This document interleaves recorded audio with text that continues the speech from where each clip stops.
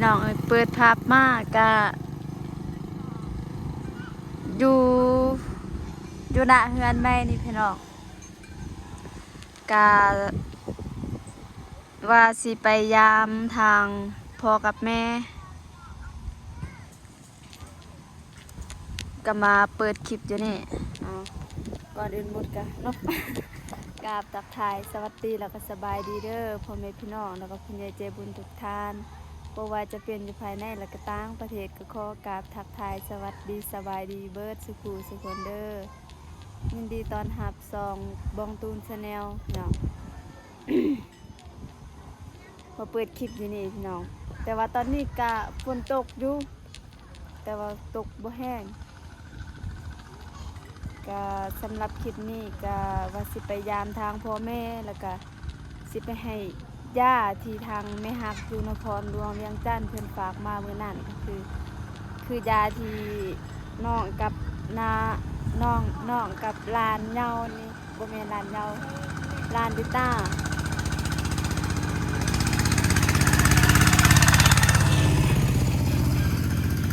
มีรถก็คือเครื่องที่น้องกับร้านได้ตายแกะเมื่อนั้นนั่นแหละแล้วก็มียานำก็คือยาบำรุงนี่แหละ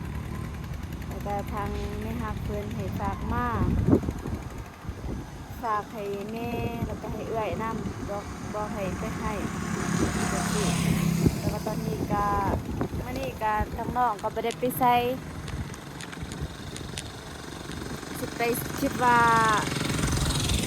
สิไปสวนแต่ว่าฝนตกซองมาเส้นทางก็เปื้อนหลายก็คือขี้ต้มนี่แหละค่อนข้างว่าเส้นทางยากๆแน่แล้วก็ไอ้ตูนเพิ่นบ่ให้น้องไปนำให้น้องอยู่บ้านประมาณนี้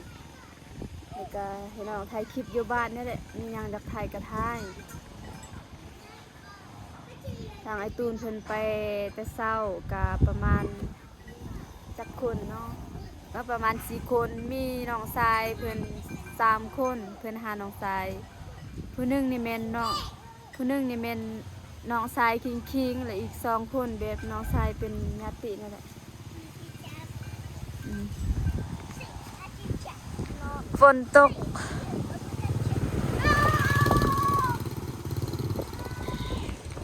สบายดีเด้อพ่อแม่และ FC ว่าองแฮงดีเด้อพ่อแม่และ FC เบิดสุขูสุคนเด้อทุกคนยินดีตอนรับเด้อ ยินดีต้อนรับเด้อ ฝนตกพี่น้อง แต่ว่าอันนี้เครื่องที่น้องจะมาให้นี่เด้อนี่มีปุ่มสมโนครัวน้ำแล้วก็มียาน้ำอยู่นี่แล้วก็กระทงนี่แม่นน้องเอาเมื่อนั่นกับกระตุกน้ำแล้วก็นี่เด้อนำพี่น้องพอดีน้องซื้อหวดมาหวดก็คือหวดนี่ก็คือหวดของพี่น้องของทางไอตูนนี่แหละพอดีทางพ่อเฒ่าเพิ่นบ่เพิ่นค่ายหวด1 เม็ด150,000พอดีทางแม่ไปลิ้นสวงนั่นก็คือมาเฮือนของน้องกับไอตูนนั่นแหละมันมาแล้วก็มาลิ้นแล้วก็เห็นหวดพอดีเห็นหวดที่พวกน้องหวดเขานี่แหละเพิ่นว่าอยากได้เพราะว่ามันหวดง่ายแน่เพิ่นทางแม่เพิ่นก็เลยให้น้องหาซื้อเพิ่นว่าอยากได้แต่ว่าตอนนี้น้องก็หาซื้อแล้วก็สิลงไปให้หวดนี่นำนี่แล้วก็กระคุนี่แล้วก็เป็นกระคุของแม่มือใส่ปุ๋ยแม่น้องลงไปเอาเพราะว่าน้องบ่มีกระคุน้องลงไปเอาก็คือมือปูกาแฟหั่นน่ะป้ากล่องเบิ่งพี่น้องป้าฝนตก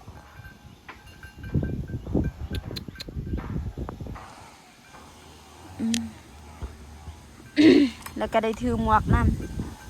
ำโอเคมีแต่ว่าเราจะไปแล้วก็บางทียังสิแวะซื้อขนมอีกแต่ว่าอาจจะบ่ได้ทายซื้อขนมนั่นก็คือเขาใส่หวดได้มีแต่ว่าจะน้อยนี่แหละสิให้สิพาพ่อแม่พี่น้องไปเบิ่งนำกัน แล้วก็น้องก็สิลงอธิบายวิธีบวชในไหนบวชเข้าบวชที่ทางเมย์เพิ่นยังบ่เคยใส่อะนะมีแต่ว่าไปเพาะกันอยู่พูนเด้อตอนนี้ฝนตก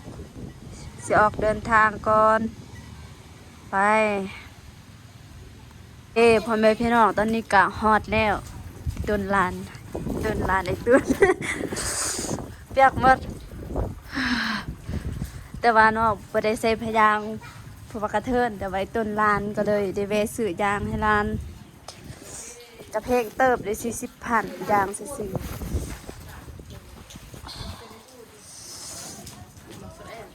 ๆยกเดินกระถุงเดินกระขู่อันนี้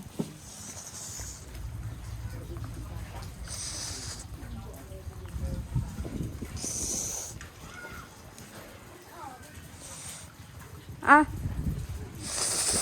หนาวเว้ยไปเลยส่งเครื่องพี่น้องลาวไตนี่ตกตลอด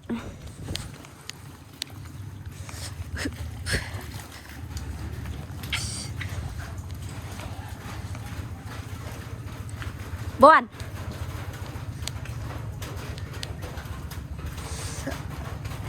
น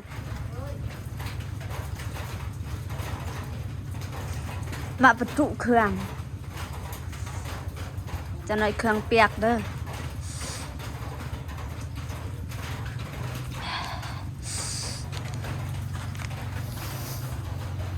เปียกหมด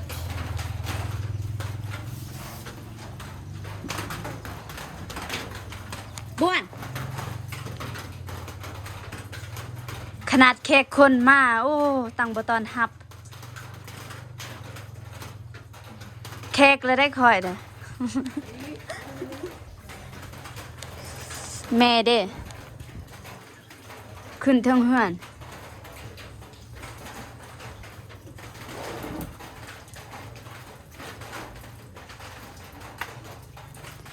เธอหน้าเด้อสิเว้าเด้ออันนี้ก็บ่แม่นว่าจักเว้าเด้อพี่น้องเธอหน้าคันสมมุติผู้ใดมาเห็นมากก็ทักทายว่าไปไสอันนี้เห็นน้องมาแล้วแล่นขึ้นเทิงเฮือนบัดน้องเอิ้นหาก็ตอบแต่ว่าไม่ยอมออกจักคนใด โอ้มุ่งไว้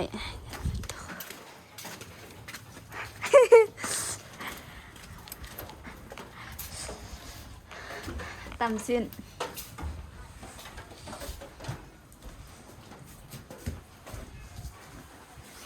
เด้เครื่องมาส่งเครื่องมีกระทง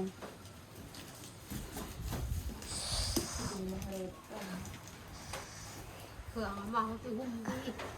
โอ้ แม่ท่าไปดอกเครื่องอันยังคือว่าหอม นี่กินบ่ลูกได้ซื้อทุเรียนมาหน่วยบ่ใหญ่พี่น้องเพราะว่าพ่อกับแม่แล้วก็ทางนี้บ่เคยกินทุเรียนลูกก็เลยอยากลองซื้อมาให้เอาเสร็จแล้วบราอยู่ถ้วยเหมือนเดิมแม่ว่าหอม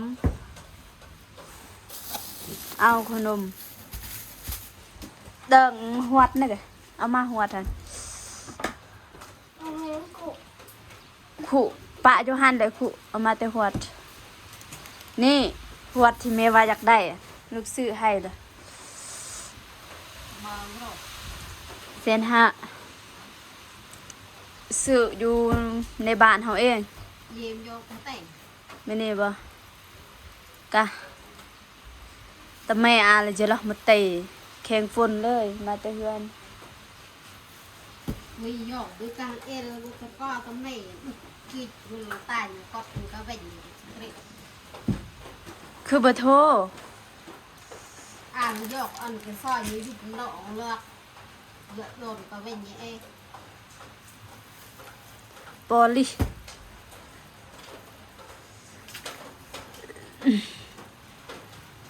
กินข้าวแล้วบ่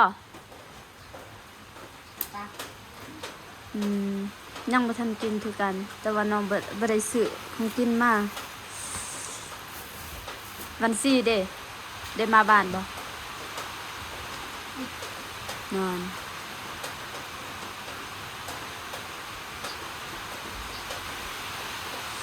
ป้ากันไว้พี่น้องเอ้ยฝนตกอีหลีลาวไต่ฝนตกเด้อทางนั้นฝนตกอยู่บ่นี่ไปใส่กะยากสาเหตุนี้แหละที่ไอ้ตูนเพิ่นบ่อยากให้น้องไปนำเพราะว่าเส้นทางมันยากอีหลี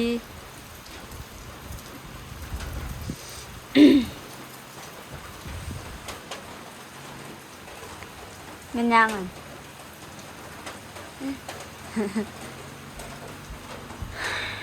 เอา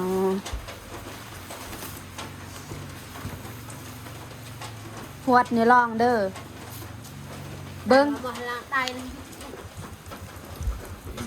แนวนี้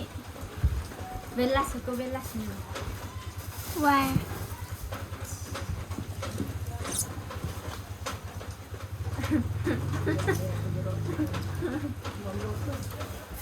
อันนี้พี่น้องที่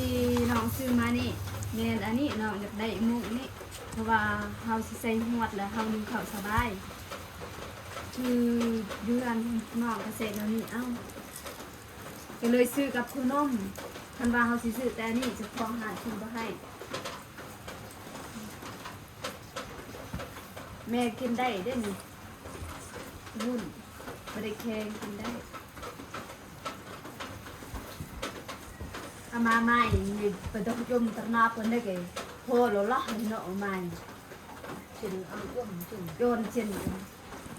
อย่าไปความสิเก็บนู่นนี่เด็กสมุดเดินก่อนสินึงเข้ากะเอาน้ำมาหดไว้เพื่อให้มันเปียกก่อนแล้วก็ล้างอันนี้ไว้แล้วก็จึงใส่นี่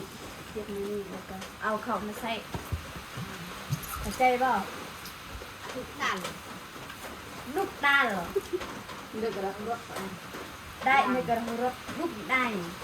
เข้าใจอยากรถลูกนึก แป้งนี่ทุกได้ จีบลูกไปนึ่งได้อะเราจึงต้องไปชิ้นนี้ดูดูดูทำไม่ได้เรานึ่งล่างแล้วก็นี่เห็ดนี่เอาก็เอาเข้ามาใส่แล้วก็นึ่ง เรื่องละอย่างมันก็มี สบายแล้วยังเป็นประชันมีพระอัดคุณเนื้อโปคุณเนื้อโปเอามุ่งคุณเนื้อโปไม่ได้คุณเนื้อโปแล้วดูอันมูอันเริ่มสร้างแล้วท่านจนยาวไม่ได้คุณเนื้อโปก็แล้วดูอันลามคุณแล้วดูตุยเลยท่านแล้วจนก็ไม่ได้คุณเนื้อโปก็นักคุณเนื้อโปดูสร้าง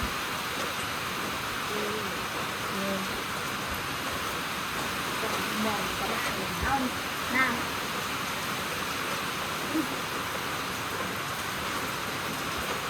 หัวใจแล้วดิเนาะ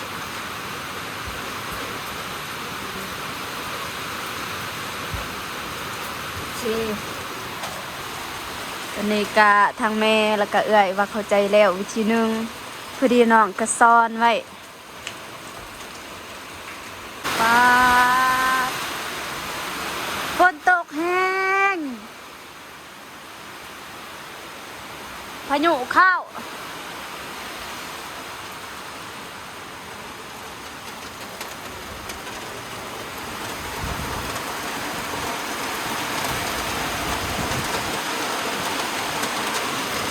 คันไทยคลิปนี่เมนอาจจะไม่ได้ยินเสียงเลยต้องได้หยุดก่อนเด้อพี่น้อง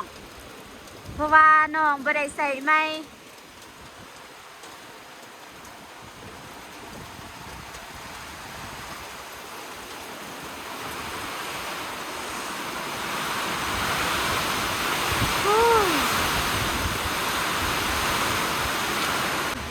มาพี่น้องมากินทุเรียน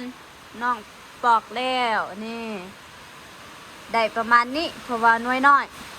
เอาลองเมว่าหอมบันซี่มากินทุเรียนเด้อ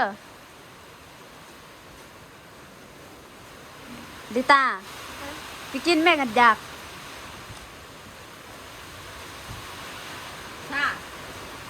ตุจ้า มาเด้อพี่น้องเด้อน้องก็กินแต่ว่ากินบ่หลายซื้อมานี่ก็ซื้อให้อ้ายแล้วก็พ่อแม่อยู่นี่แหละพ่อได้ไปใส่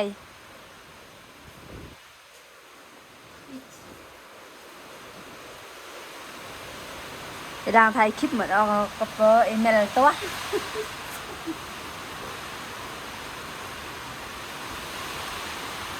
เจ็บบ่ เซ็ก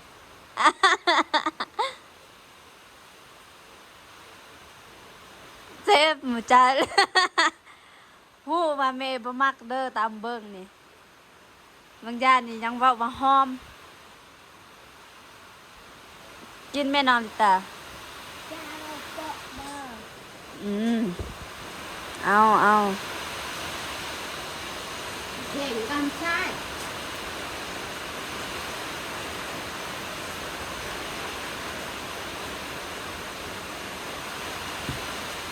ปลูกไว้ในหันเพื่อว่าอนาคตข้างหน้าเฮามีดินแล้วก็เฮาเฮ็ดสวนทุเรียนเพื่อได้ขาย โอเคพ่อแม่พี่น้องมีแต่ว่าสิกินทุเรียนก่อนแล้วก็สิถ่ายคลิปต่อโอเคนี่นี่ อันนี้มันแบบ แซ่บ เจ้าเปาะมือ หืม เจ้าเปาะมือ ฮะ เจ้าเปาะ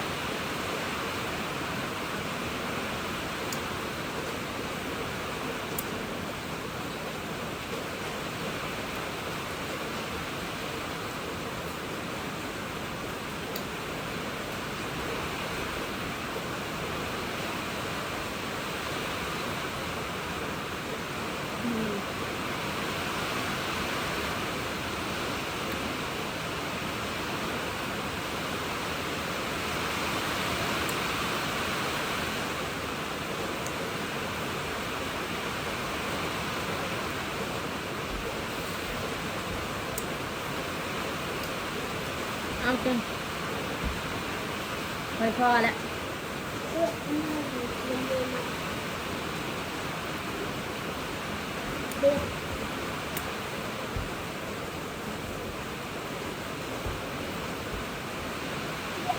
นี่ไง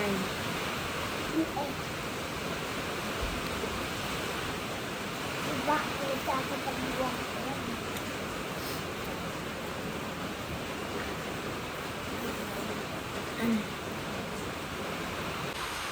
เอาพ่อแม่พี่น้องตอนนี้กะแม่แม่นย่างอะป้ามักมี่แม่เก็บมามักมี่แต่ส่วนแล้วก็โทรหาแต่มื้อวานนี่ให้น้อง ลงไปหาอยู่เฮือนนี่แหละ แต่ว่าน้องก็บ่ฮู้ว่าแม่สิให้ของฝากของตอน ลงเธอได้ก็มีของฝากของตอนมาเลย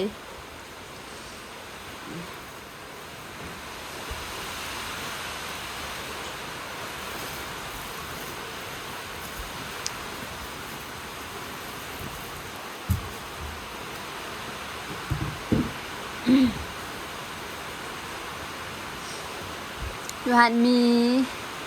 มักแตงอยู่สวนทุดินของน้องเองแม่ไปเก็บแล้วก็มีมักนัด1 หน่วย แล้วก็มีมักมีอีกครึ่งแล้วก็มีมักกล้วยอีก แต่ว่าน้องก็บอกแล้วบ่เป็นหยังแต่ว่าแม่ก็ว่าแม่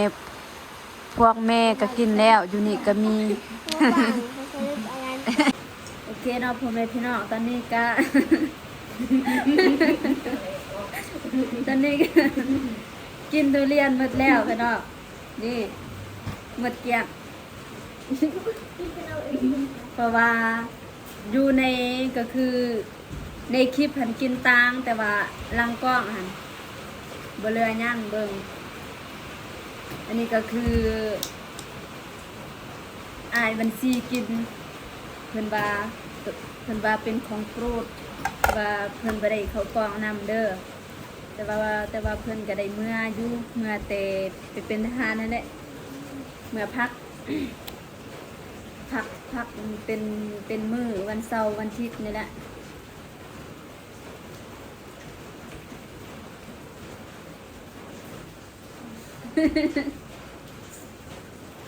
ไปเอาก็มาเด็กใส่น้ำตาล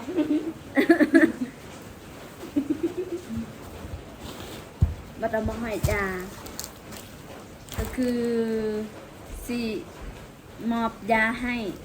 ยาที่ทางเมย์เพิ่นฝากมาแหละเอาอุ้ยตัวละฟังอ่านตักสมุนครัวตะเมตี้ ดูกุฏิเอามาได้ ดูติ งานมาตักมาเล่นนะนี่ สมุนครัวก็เก่าแล้วโอ้ยเบิ่งขาดหมดสมุนครัวนี่ อยากมุกเลย นี่เป็นรูปน้องเองนี่สมุนครัวก็ขาดหมดแต่ว่าตรงนี้ก็แพงแล้วปึบหนึ่งนี่แม่น5 ล้านกีบต่อสมุนครัวต่อปึบหนึ่งนี่แหละน้องเคยไปทำอยู่ในตำรวจนี่แหละ เพราะว่าตอนที่น้องอยู่นี่น้องก็เคยคิดว่าสิไปเฮ็ดสมุนครัวไหมเพราะว่าสมุนครัวนี่มันเก่าแล้ว แล้วก็ไปห้องการตำรวจนี่แหละมันว่าปุ่มหนึ่งเมนจะถึกอยู่5 ล้านกีบแพงเติบ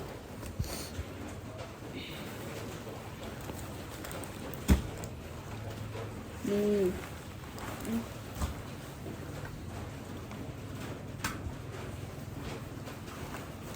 บ่ได้มีหยังเด้อ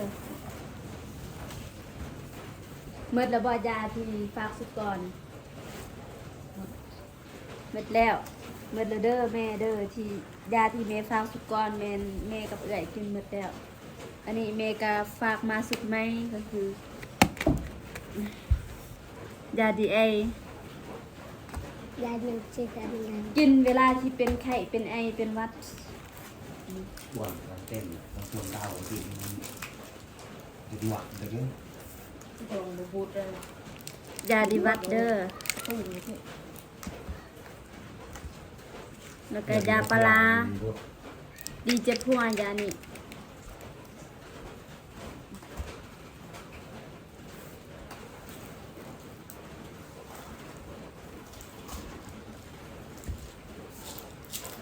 นี่ก็คือยาบำรุงที่แม่เพิ่นฝากมาแม่เพิ่น คุยอันที่อันแค่มุก อืม คุย เอามาไปมัวตู้เด้อ หลุดออกแล้วทัก ก็ปักตู้เด้อโมก็บาดไปหลุดเหรอแม่ก็ยก กินน้ำกันเด้อย าบ้อง ยาบำรุงเพิ่มเลือด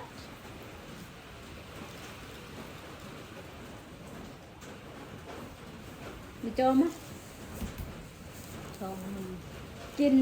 วันละ2 เม็ดหรือว่าวันละ1 เม็ดบ่จืดแล้ว มีแต่ว่าเจ้าน้อยสิก็ได้เซตหาทางเมอยู่แม่ก็แนะนำวิธีกินแต่ว่าน้องลืมแล้วตอนนี้มีแต่ว่าเจ้าน้อยสิไปเบิ่งเซตคืนก็คือเซตเก่านั่นแหละสิไปเบิ่งคืนวิธีที่ทางเมเพิ่นแนะนำให้แล้วก็สิบอกให้ทางเอื้อยกับแม่กินตามนั้นแต่ว่าตอนนี้บ่จื้อ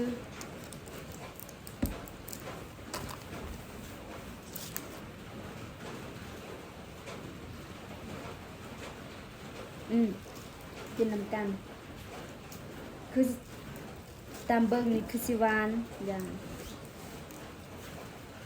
เคยจ้ากินน้ำกันเนี่ยมีจากโก้เลยสั่ง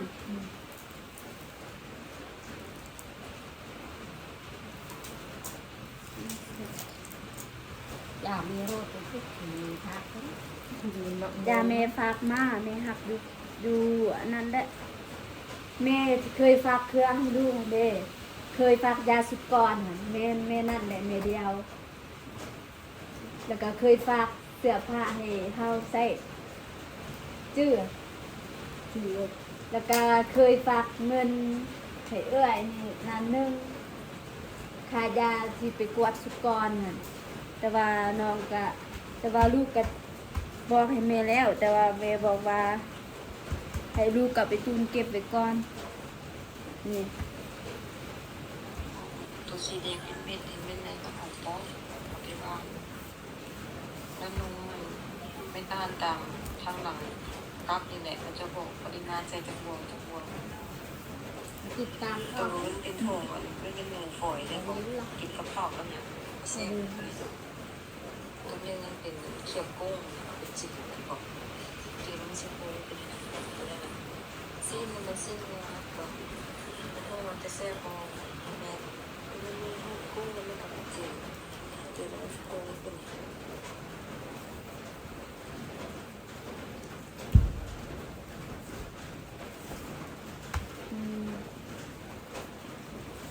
รวมมันตัวที่ฝากว่าให้เจ้าหันเป็นเรื่องมันมหาลงแสดงนี้มันมีประสบการณ์มาได้ฟังมันจะให้แม่ซื้อยาวิตามินกินมาเซลล์แบบไหนนี่จะได้ก็บอกแม่เคยซื้อให้นะบ่าวกินไปเยอะเลยต้องกินข้าวเซลล์แม่ซื้อยาวิตามินไปให้ไม่เป็นกิน ก็คือยาดีแม่นยาวิตามินกินข้าวแซ่บเด้อพี่น้องเดี๋ยวก็สิย่างสิทานตื่นทางแม่ว่าวิธีกินนี่กินวันละ2 เม็ดหรือว่าหลังอาหารหรือว่าก่อนอาหาร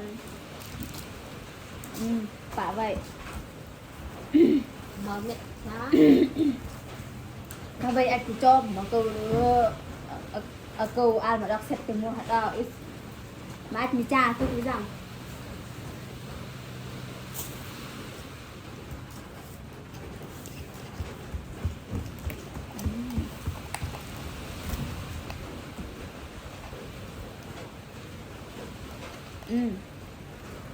อันนี้ก็คือยา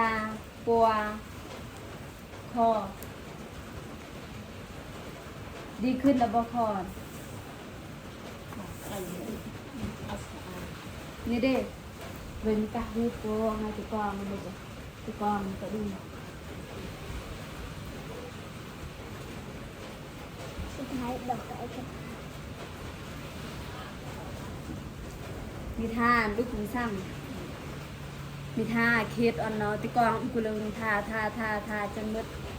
คือนี่มันมีผูกคอนำเด้อพี่น้องนี่นี่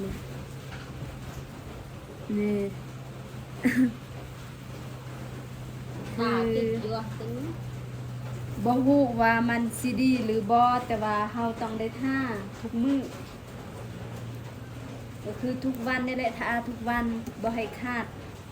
ท่าจนยานี่หมด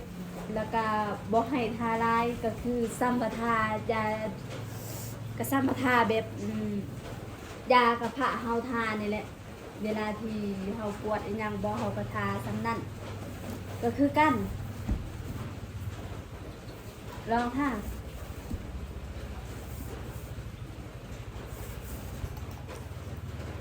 ทายานี่บ่แม่นว่าสิขาดน้ำได้ต้องได้อาบน้ำเดี๋ยวก็มาทาขึ้นสมุอันก็ไอสั่งทาเจ็บบอลใดก็ทาบอลนั่น คือหมูไอ้ก็จะอันได้หนัก เจ็บพอดแขวเลยเพิ่นว่า บางกันหนักเลยตอนนี้อัดเลยคือโลชันเลยง่ายนิดนึงกูกุนจบ ใบโปะเกาะนี่ท่า บ่เยอะมันก็จะยาก ตะกูดื่มแล้วลังท่า กับที่เยอะบาง อืม กับที่เยอะบางเปรย์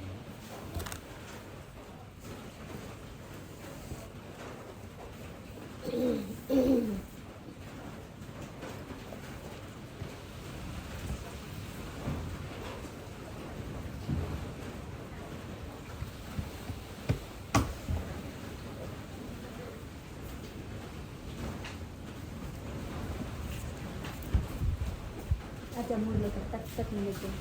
เลยเอาคนเอา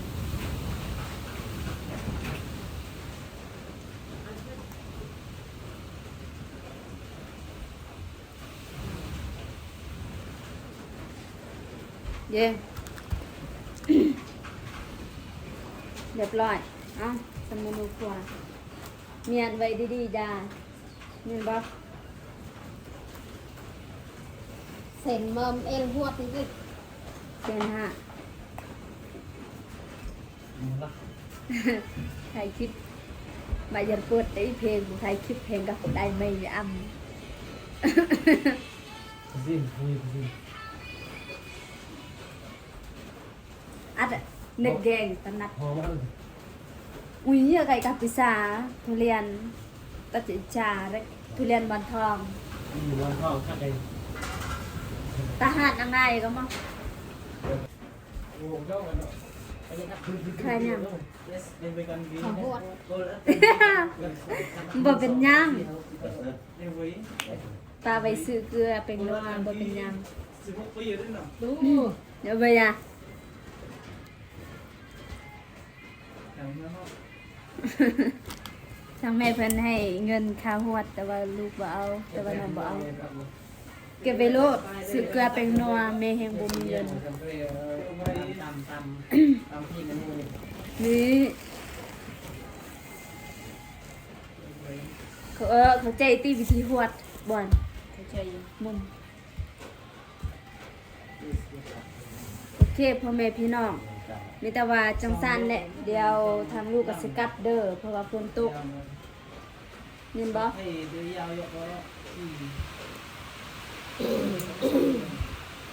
โอเคพ่อแม่พี่น้องมีแต่ว่าสิจบคลิปแล้วก็สิมาเฮือนมาบ้านนี่แหละเพราะว่า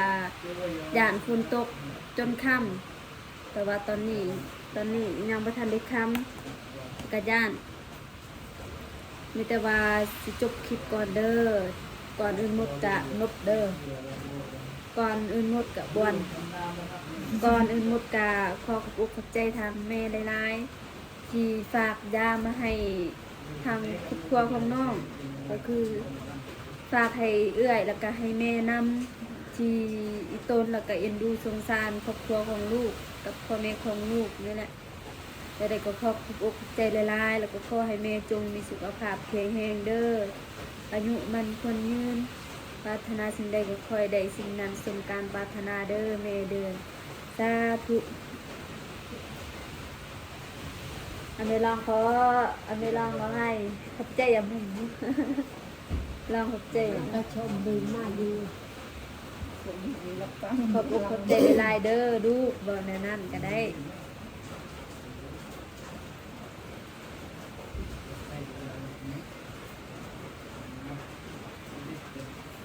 ขอบใจลูก ที่ปากยามาให้แม่ที่ปากยามาให้แม่ บ่เป็นหยังเบิ่งแล้วคือสิกดดันแน่หลายโอเคพ่อแม่พี่น้องมีแต่ว่าคลิปนี้ก็สิจบคลิปนี้เพียงเท่านี้เด้อมาพอกันคลิปหน้าคลิปนี้น้องแล้วก็เอื้อยแล้วก็แม่ขอกล่าวคำว่าสบายดีเด้อสบายดี FC บายไปแล้ว